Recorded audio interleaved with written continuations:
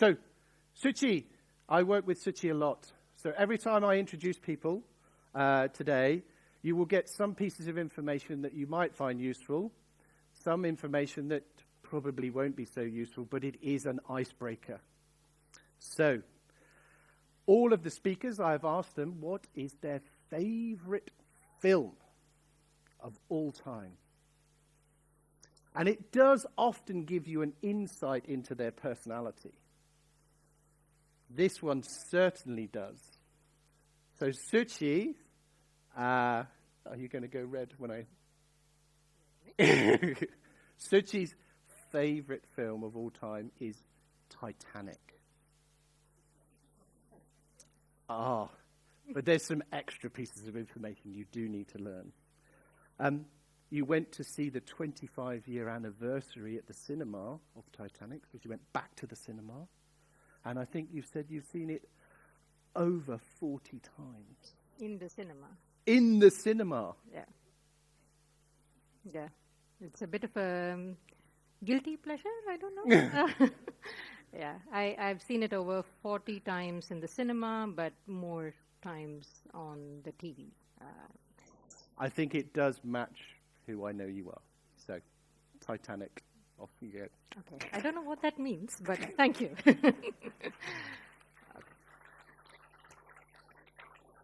Great, thank you. Good morning, I'm Suchi. It's very nice to see everybody here today. When we arrived in Basel yesterday, there was a lot of nostalgia because this is exactly the same room where we held the first SIE last year. And I know a lot of familiar faces whom I've seen last year, but also a lot of new faces that I'm seeing this year. So welcome, and thank you for being here. Before we start with this, I wanted to check with you and a quick show of hands, if you don't mind. How many of you identify yourselves as scientists or have been scientists in the past? Excellent, thank you. How many of you identify yourselves as digital or IT experts? Or maybe that's the role you're playing right now. Oh, excellent. And how many of you identify yourself as both? Oh, wow. Okay. So we have all three categories in the room today. Thank you so much for sharing. Because there are three very different ideas right in the title of this talk that I would like us to focus on.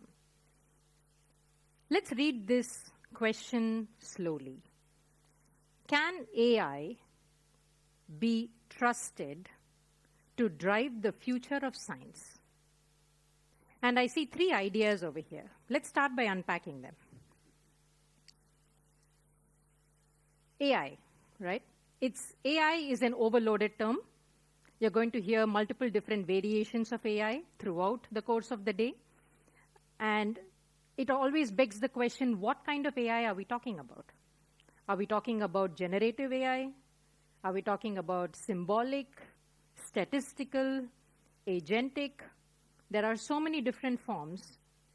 Is it fair to treat all of these forms of AI in the scientific setting in the same way?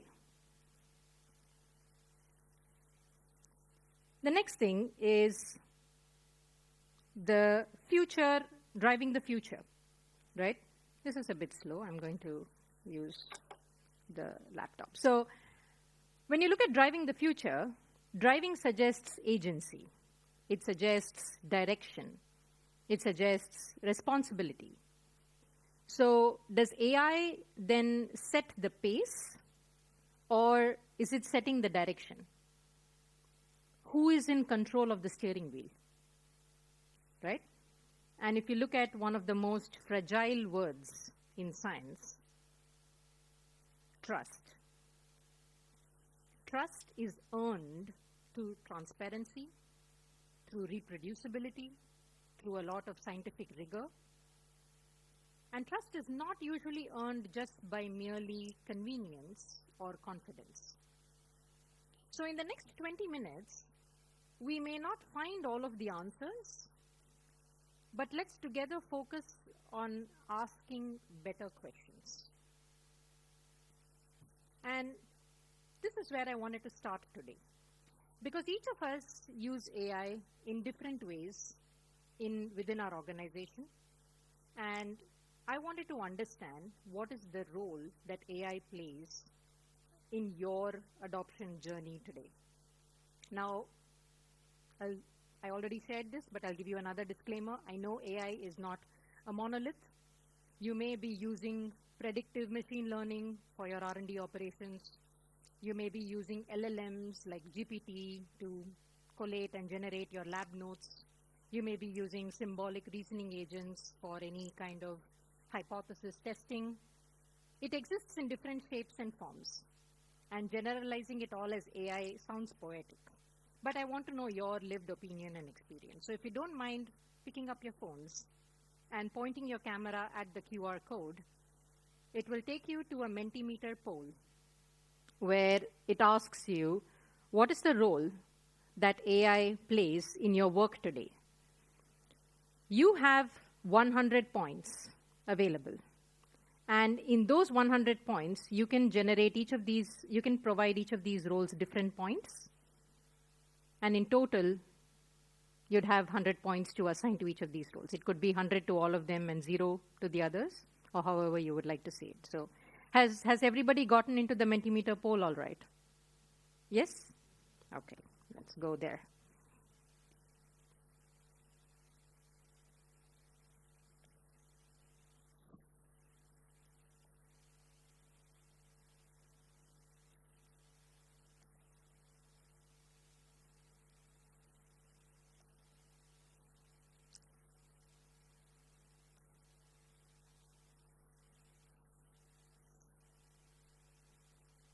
Okay. And this is a live dynamic reflection of the entire room right now, which means roughly about 40% of you have, or 39, it's going lower, okay, have chosen AI being an automator. It's a faster calculator for you in your work today. About 35% of you think it recommends, provides patterns, provides insights, directions. 20% of you are using it as a collaborator, where it's supporting decision-making, adapts based on feedback, and 6% of you have chosen it as an agent. Is that you, Freddie? Okay. Very interesting insights, because if you take a look at all of these 4 different roles, it's quite interesting to note how each of these roles play in our work and in our organization today, right? Let's take these 4 roles. Take a look at the roles of automator, recommender, collaborator, and an agent. And let us try to map it on a linear scale. Let me show you what I'm talking about.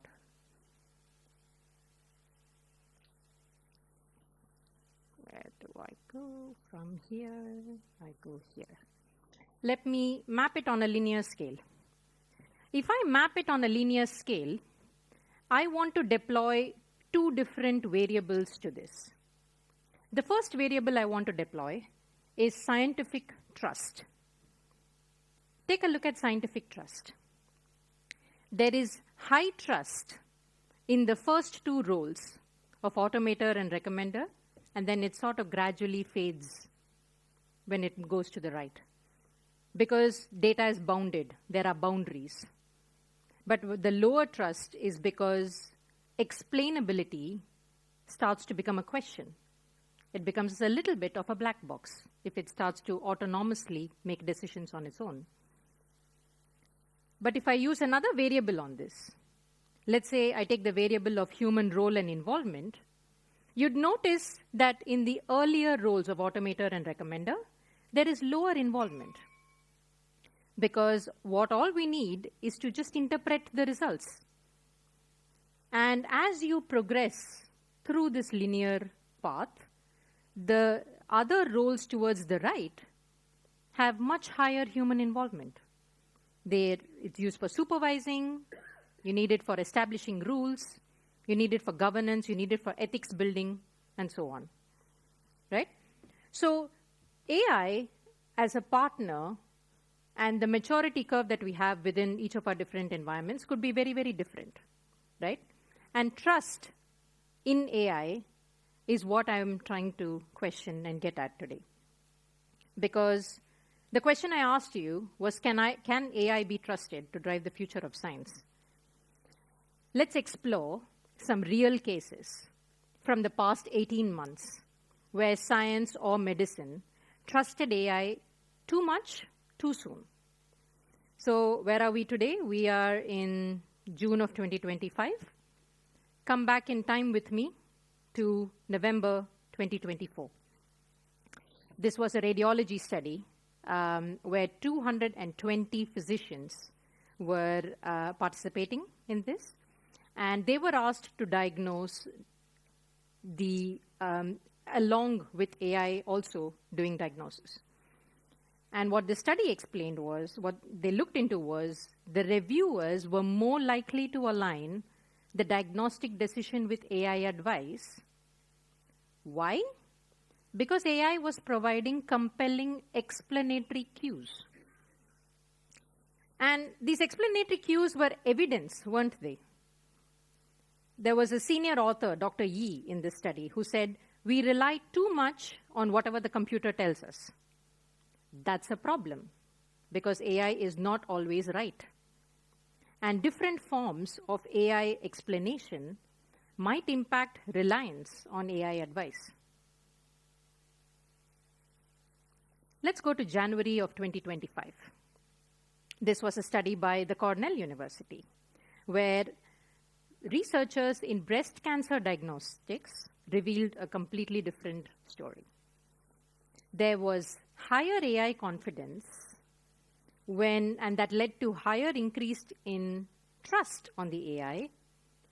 But if you look at the diagnostic accuracy in those cases, it had decreased. And in contrast, the lower confidence scores that AI generated that says, I am not confident about this answer, lowered the trust in AI. However, it increased the diagnostic duration because the clinicians started to exhibit cautious behavior, and it started to reflect a lot more in the duration they took to make the diagnosis versus when AI said, I'm confident, this is what it is. So it is very insightful in how explainability has impacted the clinician's behavior and decision making. Let's go a few months back. This is a study I enjoyed reading. This was published in the Nature, and it tested 9 different LLMs. There were over 1,000 simulated ER cases, and all of these ER cases were absolutely identical clinical scenarios. However, AI recommended different care paths based on the patient's socioeconomic profiles. So let's assume you and I have exactly the same clinical scenario. If you are from a higher income group, AI has asked you to do CT scans, MRI scans, and recommended many more expensive tests.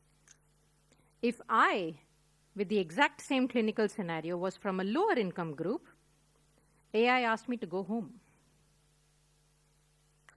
And this was very interesting because this AI was deployed without any bias checks and without any auditability. Let's take a look at what happened 7 days ago. 7 days ago, on the 3rd of June, Apple claimed that large reasoning models, they named a few of them as well, Cloud, DeepSeek, R1, and all of that. They said they don't reason at all. These large reasoning models don't reason at all. They memorize patterns. And this was a study that they did where they compared standard models, and they also compared these large reasoning models. Right? And they were able to manipulate the complexity because what they were basically studying was puzzles in a controlled environment. When they manipulated this complexity, for low complexity tasks, they realized that the standard models surprisingly outperform the large reasoning models. Surprise number one. In the second scenario, for medium complexity tasks, there were no surprises, because here is where the large reasoning model's additional thinking demonstrated more advantage. However, when they went to the high complexity tasks, this is where both models, whether they be standard, whether they be large reasoning models, both of them experienced complete collapse. And trust in such scenarios, when you depend on it, when you trust it to take you forward and it doesn't go through and it fails, trust breaks, doesn't it? The cost of broken trust is a lot more than failed experiments. If your trust is broken, it erodes your credibility. It causes a lot of scientific doubt. It also sometimes, in a clinical scenario, affects patients. It could include product recalls. It could have a lot of demotivation in the team. So much could happen. And when all of these things go wrong, what does our brain do? It goes back to the first principles. Why is this machine not thinking like me? What is the difference? Because science, if you take a look at it, science at its best form is absolutely skeptical. It values peer review. It values explainability. It wants you to be able to reproduce your results. But if you look at AI doesn't exhibit any self-doubt. It calibrates confidence based on whatever seems to be the best statistical fit. But confidence is not the same as the truth. And this is where there's a huge difference, because in science, false confidence can be dangerous. We need to recognize this gap that we're seeing. And this is not to undermine AI. That's absolutely not what I want to do, but to respect what makes scientific curiosity unique. Because trust needs to be earned on both sides. And a lot of times when we ask, how do we build this trust? What do we do when this trust gets broken? How do we build it? I think majority of you will agree with me when I say that if you look at shiny new tech and only introduce shiny new tech, that is not the answer to build up broken trust. So this is probably the point of time in the talk where you expect me to say, maybe it's data, right? Data matters. Data is foundational. But I don't think data on its own is enough. And this is where I think trust needs to start with value. Because data and the value that you can gain from data is dependent on the business context in which it is used. Without any specific or measurable business objective, your data value is close to zero, even if you combine it with all the fancy IT and algorithms. Because I hear this a lot from different organizations. We are data-centric. We're a data-centric organization. Data-centric. We hear this data centricity quite often, don't we? I'm going to ask you, if you are data-centric, are you data busy or are you data driven? There's a key difference. Are you spending efforts on doing things with data, or are you only working on the data by itself? Where are you on the spectrum? Where do you think science is here? Left? Where do you think science is? If I draw a line in the middle and data busy is on that side, data driven is on this side, where do you think science is? Okay, I see some lefts, I see some rights. Both? Okay. So McKinsey did this study where they looked at digital maturity on a 100-point scale. And they looked at it across industries, obviously. And they realized that science is far in the data busy region. When I say science, I'm talking pharma, biotech, chemical, anybody who is doing R&D and manufacturing in this area. Science is a little further ahead than the public sector. Maybe that's something to celebrate, I don't know. But we are severely behind the digital leaders.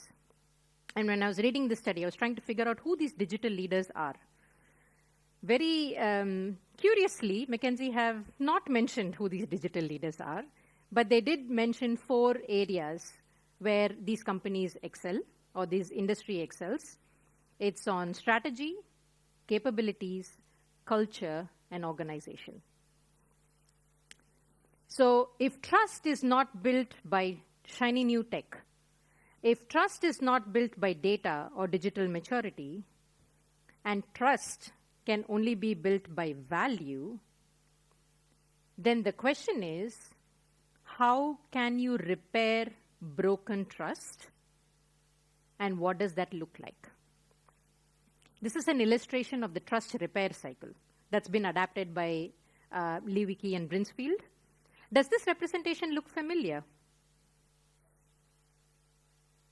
It's an upside-down bell curve, but it is also very similar to the Gartner hype cycle. If you notice, the initial trust level starts at a very high point. When trust gets broken, it comes to a post-violation level, and when it races back, it is relatively lower than the first. So if we know that trust follows value, then the question we ought to be asking is, where can we find value, and how do we measure it? This isn't a conclusion. This is an invitation. Because I know Jorg is going to be talking about how AI can enhance R&D productivity. I know Freddie is going to be sharing a lot more about Microsoft Discovery and the emerging class of agentic systems. And the rest of our SIE agenda will explore the how. How will AI drive the future of science? For now, I'm only asking you the fundamental question of why. Thank you.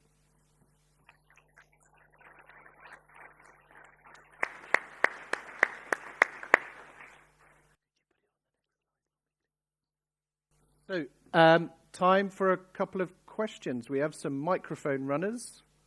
Where are they? So, if you want to ask a question of Suchi, pop your hand up and we will get you a microphone.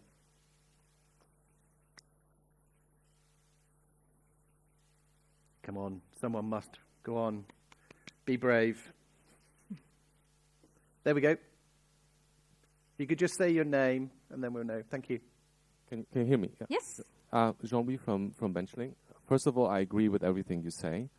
However, when I worked with AI, I noticed that people can be much more severe on judging a machine making a decision compared to a human. So in your opinion, like, if a human makes 80% error, or like get it 80% of the time, and a machine gets it 90% of the time, I think we can be more critical on the machine because we expect the machine to be 100%. So I just wanted to know your opinion on that. I love questions that say, I agree with what you said, and then go, however. That's what happens in my head all the time. Because the however, and everything that follows the however, is such a beautiful area to explore, which is probably not spoken about quite a lot. I think what you're asking is, shouldn't we expect more from the machines? Is that kind of what you're getting at? Should we be comfortable with the 90 that the machine is offering, rather than question it more rigorously to see, can it achieve 100? Yeah, exactly. Firstly, I want to preface this by saying, every time I use the word AI, I am very cautious in using this word, because AI by itself doesn't mean anything, right? AI existed 10 years ago as well.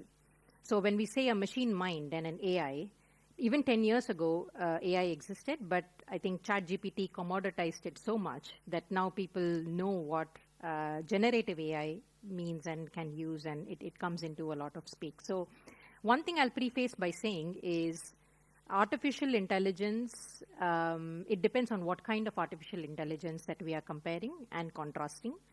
So that's one piece of it. But the second piece of it is, are we using the right yardsticks? Because if you ask the same question of a human team member on your team, to say they're operating at 70% efficiency today, can they operate at maybe 90% efficiency tomorrow? Is that question valid for you to ask of the AI or the artificial team member that also exists in your team? Is something to consider. Because if we think of AI as a machine and we think of it as something that can be made efficient overall, we're missing the point a little about what it's trying to solve, which is kind of what I wanted to get at today. Because even at 100% efficiency, let's say you get it to 100%. So what? Has it derived value in what you were trying to do? Or has it merely just automated something that was already being done with you having no idea of whether it derives value in your end-to-end workflow or your business case at all? I didn't answer your question. Yeah. Yes, we need to move on. Yeah. Yeah. I didn't answer your question, but I wanted to switch the conversation to say, do we even really need AI in those scenarios? And do we use it where it's required? All right. Great. Answer a question with a question. Thanks. Brilliant. Good job. Excellent. Thank you, Suchi. Well done.